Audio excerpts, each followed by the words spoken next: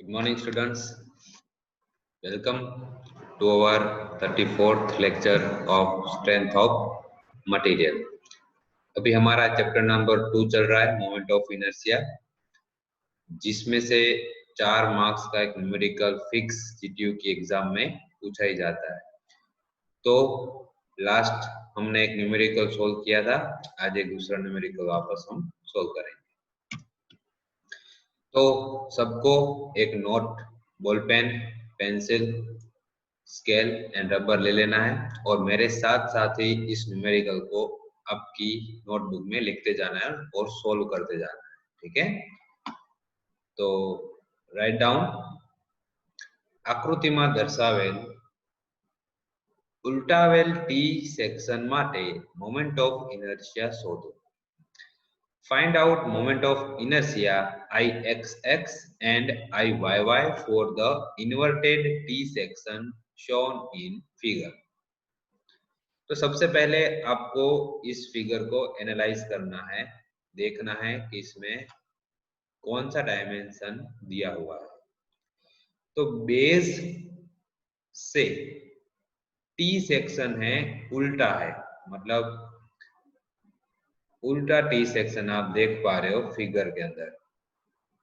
ठीक है, तो यहाँ पर पार्ट 1 एंड पार्ट 2 दो टुकड़े हो जाएंगे टी के। पार्ट 1 है, उसकी लेंथ है 100 mm यहाँ से लेकर यहाँ तक, और उसकी जो थिकनेस है वो है 8 mm, और पार्ट 2 की जो लेंथ है वो है 130 mm और उसकी थिकनेस है 10 mm। तो इसको आपको अच्छे से नोटबुक में ड्रॉ करना है, तो पहले नोटबुक में आप ड्रॉ कर लीजिए अच्छे से। ठीक है, फिर अब स्टेप बाय स्टेप हम इस न्यूमेरिकल को सॉल्व करेंगे। तो कोई भी मोमेंट ऑफ इनर्शिया का न्यूमेरिकल हो तो उसके अंदर सबसे पहले सीजी फाइंड करना है, जिसको बोलते हैं सेंटर ऑफ ग्रेविटी। उसका फॉर्मूला है एक्स बार एंड वाई बार, जो आपकी स्क्रीन पे यहाँ पे दिख रहा है। a1 x1 plus a2 x2 by a1 plus a2 and y bar is equal to a1 y1 plus a2 y2 upon a1 plus a2. Okay, तो x bar and y bar is our center of gravity। फिर आपको 4 step follow करने हैं। तो उसके अंदर first step है reference axis from which we can indicate x bar and y bar. Reference axis का मतलब है x axis and y axis को आपको, तो x एक्सिस हमेशा हमारी बेस लाइन रहती है और y एक्सिस हमेशा लेफ्ट पे रहती है। ठीक है, तो यहाँ पर आप देख पा रहे हो जो ये x बार इधर से लिया है तो ये हमारी y एक्सिस है रेफरेंस, और ये जो एक y बार लिया है वो हमारी x एक्सिस है रेफरेंस। तो लेफ्ट साइड y बार आएगा, y एक्सिस आएगी, और बॉटम पे आएगी x एक्सिस। ठीक है, उसको रेफरेंस में आप ले लीजिए।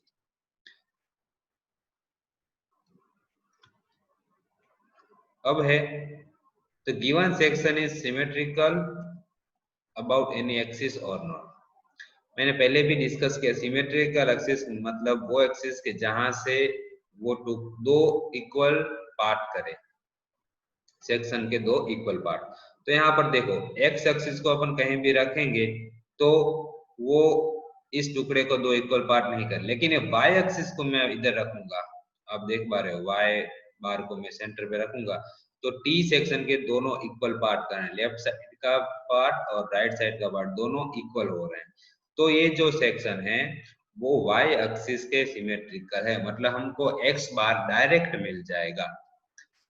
अगर y बार y एक्सिस सिमेट्रिकल है तो x बार मिल जाएगा, अगर x एक्सिस सिमेट्रिकल है तो y बार मिल जाएगा।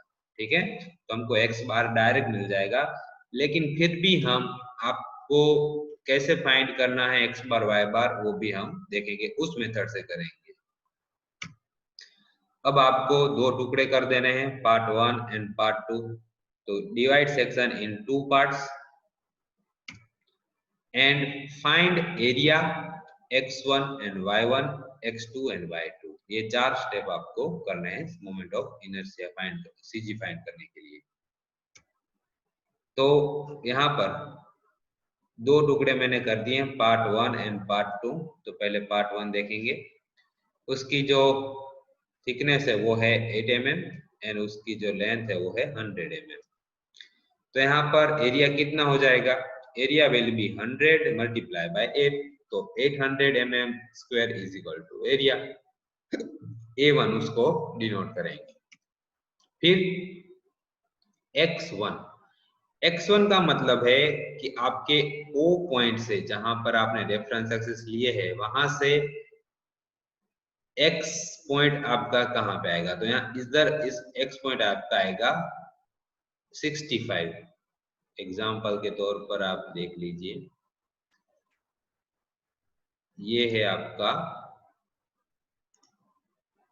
O पॉइंट, ठीक है, O पॉइंट। तो आपका x1 है वो हो जाएगा यहां से लेकर यहां तक का डिस्टेंस, वो हो गया आपका x1, ठीक है। तो इस डिस्टेंस को अपन x1 कहते हैं, पॉइंट ये पॉइंट से ये पॉइंट, ओके। और y डिस्टेंस किसको कहते हैं? तो इस पॉइंट से, मतलब यहां से लेकर यहां तक का जो डिस्टेंस होगा उसको हम कहेंगे y1। तो आप मेरे को बताइए कि यहां से लेकर यहां तक का डायमेंशन कितना आएगा? तो देखो, टोटल है आपका 110, तो 110 और ये 10, तो इसकी टोटल हाइट कितनी हो गई? 100 हो गई। यहां से लेकर यहां तक की आपकी हाइट 100 है, ठीक है। और मेरे को चाहिए y1, मतलब इस पॉइंट से इस पॉइंट का डिस्टेंस। तो ये कितना हो जाएगा? 50 हो जाएगा, 50। और ये कितना है? 10। तो 50 और 10 का अगर मैं टोटल करूंगा तो मुझे y1 मिल जाएगा। तो देखिए, y1 मेरे को मिल गया 50 + 10 = 60। क्लियर? तो 60 हो गया मेरा y1। तो उसी तरीके से अब हम फाइंड करेंगे पार्ट 2 के लिए। पार्ट 2 के लिए एरिया पहले फाइंड करो। तो इसकी लेंथ है 130 और इसकी थिकनेस है 10 mm। तो area will B A2 = 130 multiply bye 10, तो 1300 एरिया हो गया। अब x2 कितना होगा? तो x2 भी उतना ही होगा, 130, यहां से लेकर यहां तक का, ठीक है। तो 130 को मैं डिवाइड कर दूंगा हाफ, तो 65 हो गया। तो इस हम मेरे को ये पॉइंट चाहिए, मतलब O पॉइंट से, ठीक है। इधर हमारा O पॉइंट है,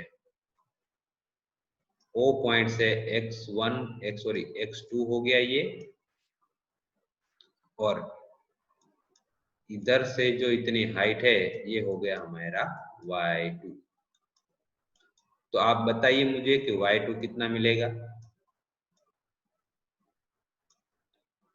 तो 10 को मैं डिवाइड करूंगा हाफ, तो मेरे को y2 मिल जाएगा, ठीक है। तो y2 कितना आएगा? 10/2 5।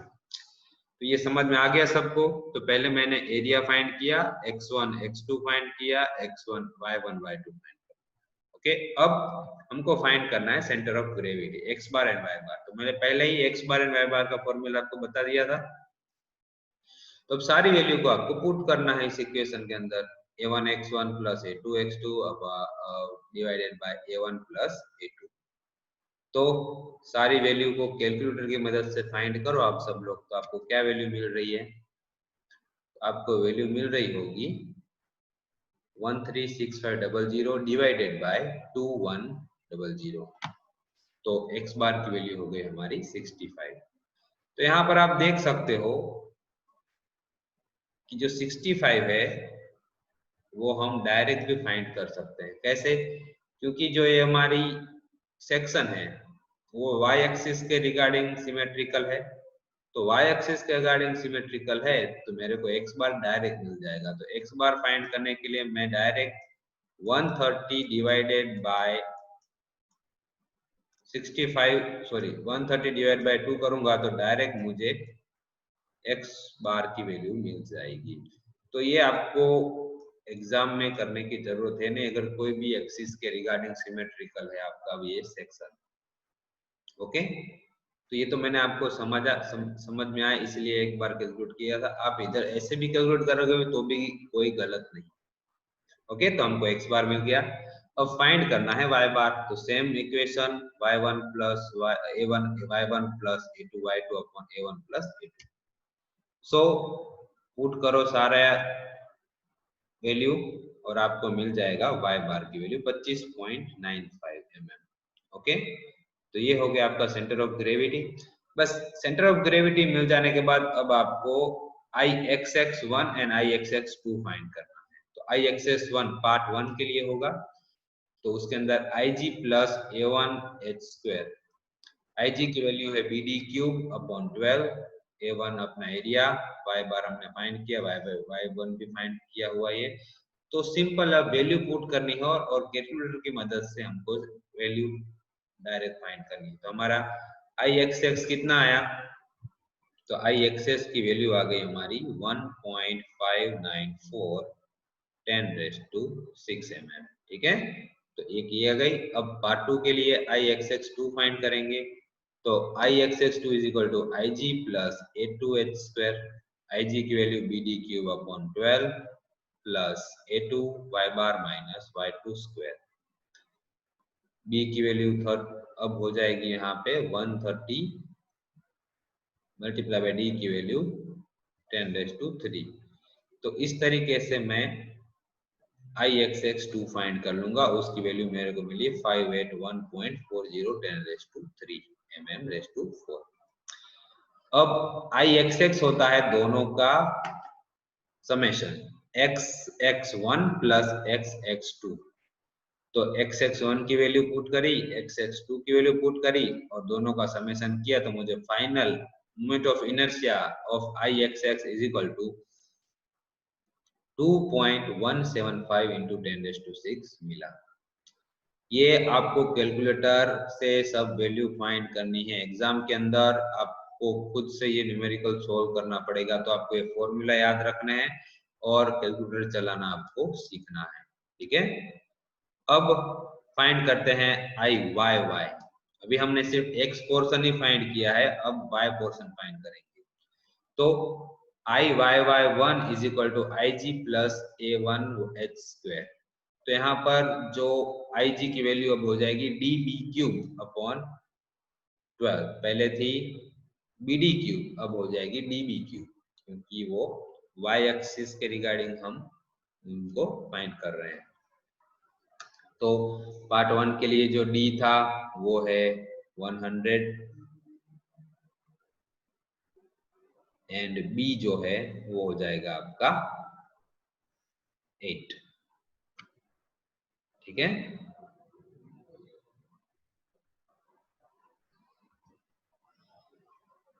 तो कैलकुलेटर की मदद से आप फाइंड करोगे तो ये देखो 65 माइनस 65 कितना हो जाएगा 0, 0 मल्टीप्लाई बाय 800 0। तो सिर्फ आपको इसकी वैल्यू फाइंड करनी है, तो डायरेक्ट आप कैलकुलेटर की मदद से इसकी वैल्यू फाइंड करोगे तो आपको 4266 आंसर आ जाएगा। अब पार्ट 2 के लिए हम फाइंड करेंगे। पार्ट 2 के लिए Iyy2 is equal to Ig plus A2h²। तो DB cube by 12 A2 x bar minus x2। तो यहाँ पर भी 65 माइनस 65 तो 0 हो जाएगा, तो आपको सिर्फ इसकी वैल्यू फाइंड करनी है। तो फाइंड करो, वैल्यू आपको मिल गई 8308 10⁻6। ओके, तो यहाँ पर दोनों वैल्यू मिल जाने के बाद दोनों का समेशन करना है। Iyy is equal to Iyy1 plus Iyy2 value put करी और कैलकुलेटर की मदद से ये आंसर सोल्व किया।